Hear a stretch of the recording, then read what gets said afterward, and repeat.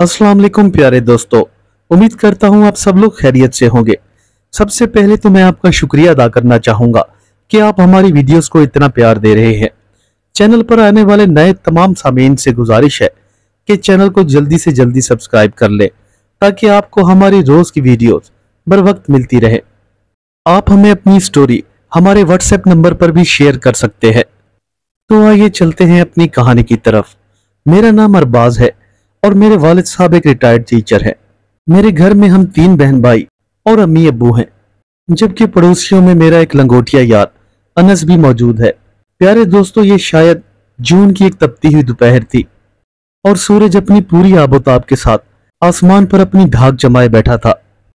शायद ऐसी गर्मी मैंने आज से पहले कभी ना देखी थी। इंसान तो क्या, चरिंद परिंद भी अपने घोंसलों में दुबके बैठे थे। चूंकि उन दिनों में बीएससी का स्टूडेंट था तो मुझे रोज गांव से शहर कॉलेज के लिए आना जाना पड़ता था। एक तो हमारा कॉलेज गांव से बहुत दूर था, दूसरा ये कि रास्ता बहुत ही सुनसान और जगह जगह से टूट फूट का शिकार था। लिहाजा हमें घर आने जाने में बहुत दुश्वारी का सामना करना पड़ता था, खासकर बारिश के दिनों में। वहां पर बहुत से कीचड़ जमा हो जाया करता था और हम गिरते फिसलते अपने घर आ पहुंचते।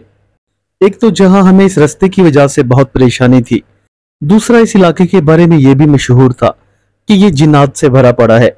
लेकिन ये बातें हम आज तक सिर्फ कहानियों में और अपने बड़ों के मुंह से ही सुनते आए थे।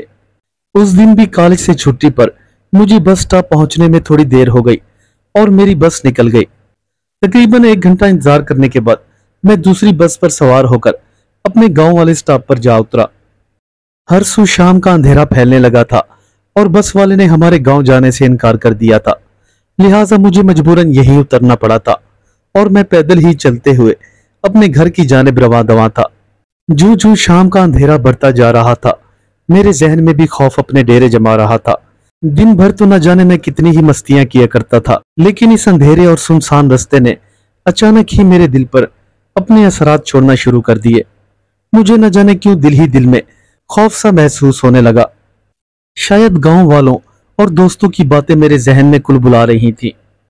उनके मुताबिक ये रास्ता इंतहाई खतरनाक और हसेबी था।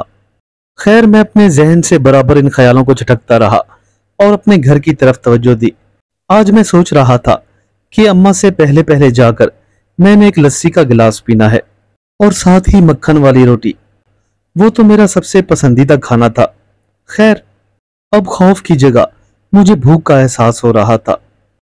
हमारे गांव के स्टार्ट में ही एक बहुत पुराना और बड़ा सा कब्रिस्तान भी मौजूद था, जो कि अपनी तमाम तर हौलनाकियों की वजह से पूरे गांव में दहशत की अलामत समझा जाता था।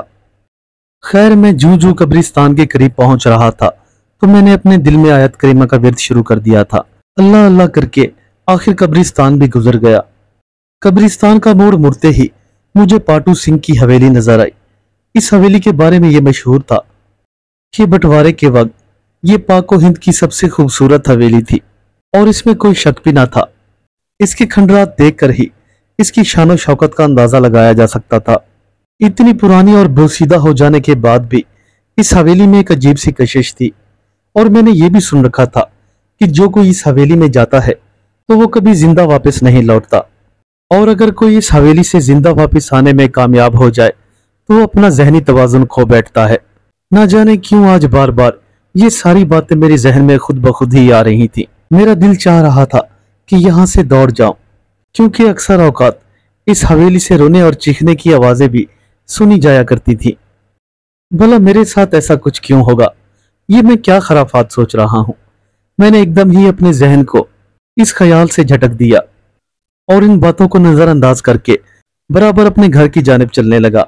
मैं कोई बुज़दिल लड़का थोड़ी था जो इन सब बातों को मानता फिरूं।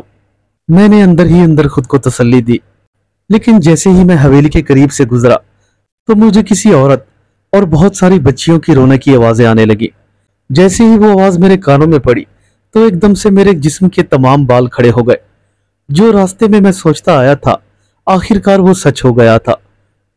मैंने आओ देखा न ताओ पूरी कुव्वत से वहां से दौड़ लगा दी और पीछे मुड़ मुड़कर हवेली की जानिब देखने लगा। मैं इतनी तेजी से भागा था कि मेरे पैर मेरी कमर पर लग रहे थे। गांव वालों की कही हुई तमाम बातें आज सच हो रही थी। लेकिन मैं भला कहाँ रुकने वाला था।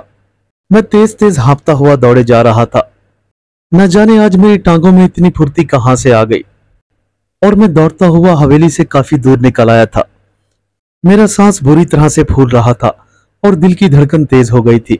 मैं एक लम्हे को रुककर पीछे की जानिब देखने लगा, लेकिन मेरे पीछे तो कोई न था।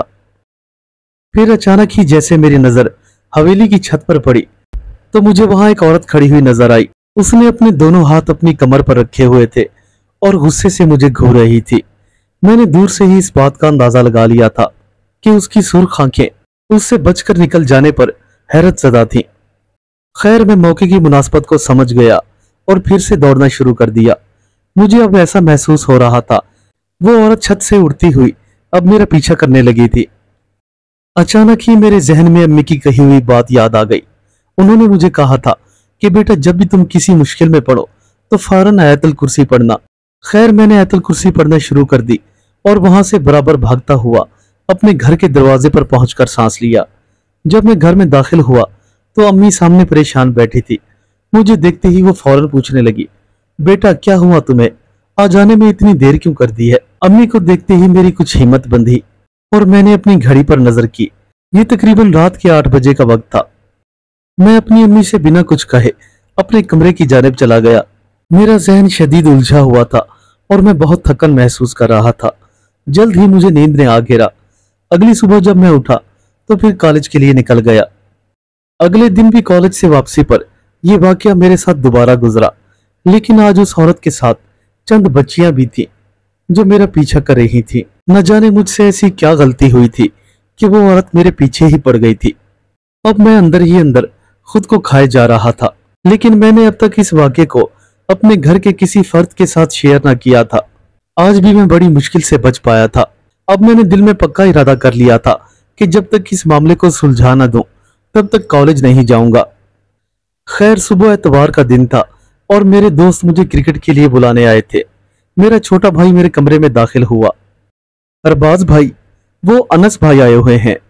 वो कह रहे हैं कि हमारे साथ क्रिकेट खेलने चले। मैं फौरन ही अपने बिस्तर से उठा और दोस्तों के साथ गार्डन के लिए निकल गया। इस गार्डन में एक बहुत बड़ा मैदान था जहां हम सारे लड़के क्रिकेट खेला करते थे। बाज़ाहिर तो मैं अपने दोस्तों के साथ क्रिकेट खेलने गया था, लेकिन मेरा जहन अभी तक उस औरत की तरफ अटका हुआ था।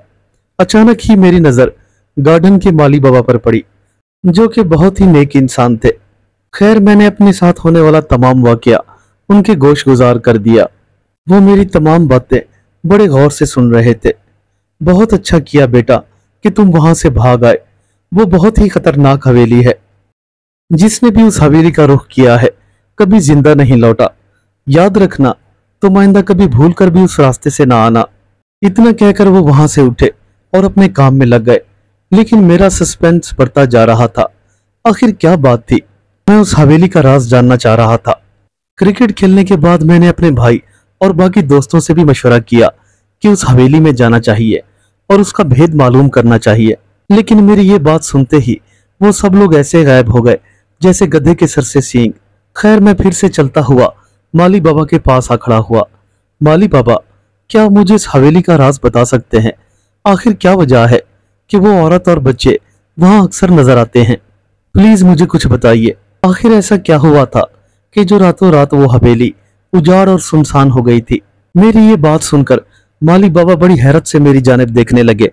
बेटा, गांव के लोगों का कहना है कि उनकी बहू ने सब घर वालों को मारकर और सारा पैसा, जेवर और सामान लेकर वहां से फरार हो गई थी। बस उस दिन के बाद उस हवेली से अजीबोगरीब आवाजें आती हैं। लेकिन बाबा, वो औरत कौन थी जो उस दिन हवेली की छत पर मुझे नजर आई थी, और वो बच्चियां जो मेरे पीछे भाग रही थी? बस इतना कहकर मैं माली बाबा को सवालिया नजरों से देखने लगा, लेकिन इसका जवाब तो शायद उनके पास भी ना था। खैर, मैं जैसे ही घर आया तो तमाम रात इसी बारे में सोचता रहा। मैं उस हवेली का राज जानना चाहता था। मैंने पहले ही अपने दोस्त अनस और अवैस के साथ प्रोग्राम बना लिया था कि आज रात हम 11 बजे के बाद, जब तमाम घर वाले सो जाएंगे, तो उस हवेली का भेद मालूम करने के लिए निकलेंगे। रात को जब तमाम घर वाले सो गए तो मैं और मेरा छोटा भाई घर के पिछले दरवाजे से निकले। हम तेज तेज कदम उठाते हुए गली के नुक्कड़ की जानिब रवां दवा थे।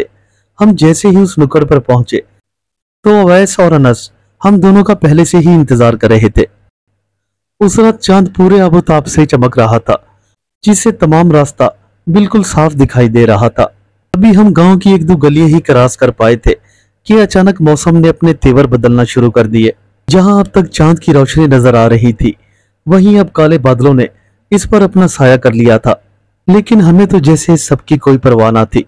हम चलते हुए सीधा हवेली के गेट पर आ पहुंचे, लेकिन मेरा दिल खौफ से धक धक कर रहा था। हवेली के मेन गेट पर एक ताला सा लगा हुआ था और अंदर जाने के लिए कोई रास्ता ना था, लिहाजा हम हवेली की दीवारें फलांग गए। अंदर पहुंचते ही हमें यह एहसास हुआ कि ये बहुत ही आला तर्जो तामीर का एक बेहतरीन नमूना था। हम सब दोस्तों ने एक दूसरे के हाथ बड़ी मजबूती से थाम रखे थे और ये भी प्लान कर रखा था कि अगर हम पर कोई आफत नाजिल हुई तो हम चारों उस पर पूरी कुव्वत से टूट पड़ेंगे। लेकिन यहाँ तो मामला इसके बरक्स था। हमें इस हवेली में घूमते हुए तकरीबन 1 घंटे से ज्यादा का टाइम हो चुका था, लेकिन अब तक ऐसा कोई भी नाखुशगवार वाकया हमारे साथ रूनुमाना हुआ था। हम चारों हवेली के एक बड़े से कमरे में मौजूद थे कि अचानक मेरे कानों में किसी के चलने की आवाज आई। हम चारों फौरन कमरे से बाहर निकले, लेकिन यहाँ तो कोई मौजूद न था। हम जैसे ही कमरे में वापस आने के लिए मुड़े तो मुझे अचानक किसी बच्चे के रोने की आवाज आई और फिर उसके साथ ही बहुत सी औरतें बैन करने लगी। ये आवाज आहिस्ता आहिस्ता बढ़ती जा रही थी और हम चारों खौफजदा आंखों से एक दूसरे को देखे जा रहे थे। शायद अब हम किसी मुसीबत में गिरफ्तार होने वाले थे। मेरा छोटा भाई, जो उम्र में तकरीबन मुझसे 4 साल छोटा था, ये आवाजें सुनकर रोने लगा। मैंने फौरन ही उसे अपने सीने से लगाया और हौसला देने लगा। इसके बाद हम चारों दोस्तों ने आयतल कुर्सी का विर्द करना शुरू कर दिया। जैसे जैसे हम आयतल कुर्सी पढ़ते जा रहे थे, वैसे वैसे उस रोने की आवाज में कमी होती जा रही थी। लेकिन अगले ही लम्हे हवेली की तमाम दरो दीवार लरजने लगे। ऐसा लग रहा था जैसे जल्जले ने पूरी हवेली को अपनी लपेट में ले लिया है। लेकिन हमने जरा भी खौफ दिखाने की बजाय आयतल कुर्सी और आयत करीमा का विर्द जारी रखा। आखिर मैंने हिम्मत करके अपने तमाम दोस्तों को मुखातिब किया, दोस्तों हौसला रखो, हिम्मत मर्दा मदद खुदा। इस हवेली ने हमारे पूरे गांव वालों को खौफ में मुब्तला कर रखा है। आज हमें हर हाल में इस हवेली का भेद जानना है। मैंने अभी यही अल्फाज कहे ही थे कि मुझे हवेली में दोबारा किसी के चलने की आवाज आई, लेकिन अगले ही लम्हे हम चारों के मुंह से एक जोरदार चीख निकल गई। इस वीरान और सुनसान हवेली में एक 25 साल लड़की हमारे सामने खड़ी हुई थी, लेकिन इसकी शक्ल बिल्कुल इंसानों की तरह थी। अनस और मेरा छोटा भाई उस लड़की को देखते ही जोर जोर से चिल्लाने लगे। ऐसा लग रहा था जैसे इन दोनों की जान निकल जाएगी, लेकिन मैंने उनका हाथ मजबूती से थाम लिया। उस लड़की की आंखों में गुस्सा और नफरत थी।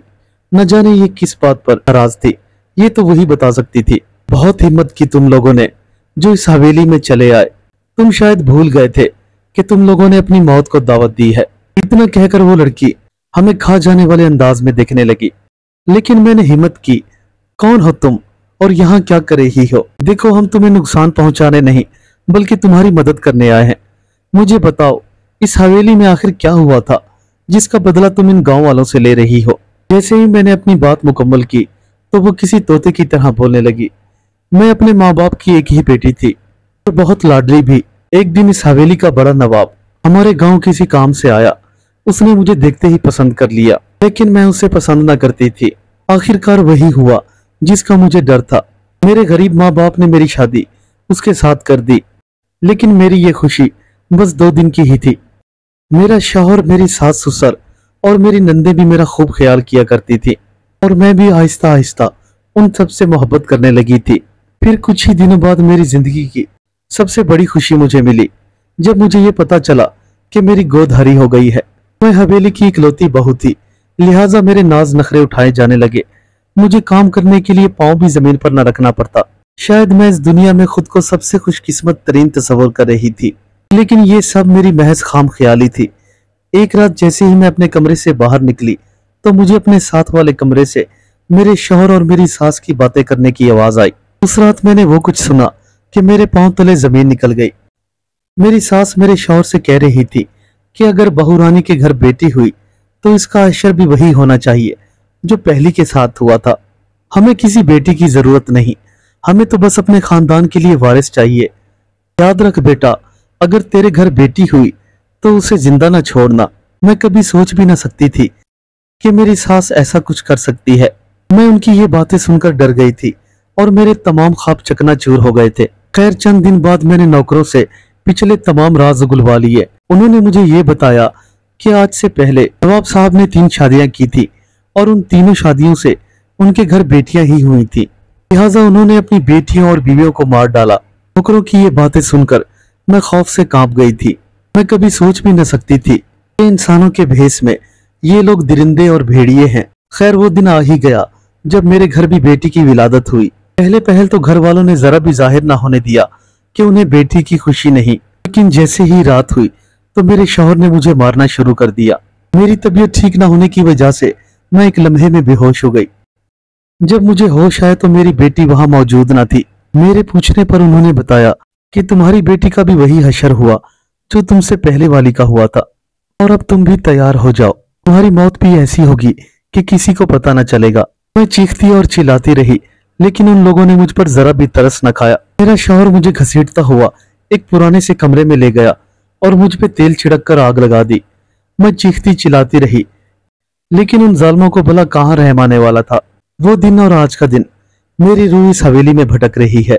मरने के बाद भी मेरी रूह ने चैन न पाया और आखिरकार एक रात मैंने अपना बदला उन तमाम लोगों से ले लिया। एक ही रात में मैंने उन सबको मसल कर रख दिया।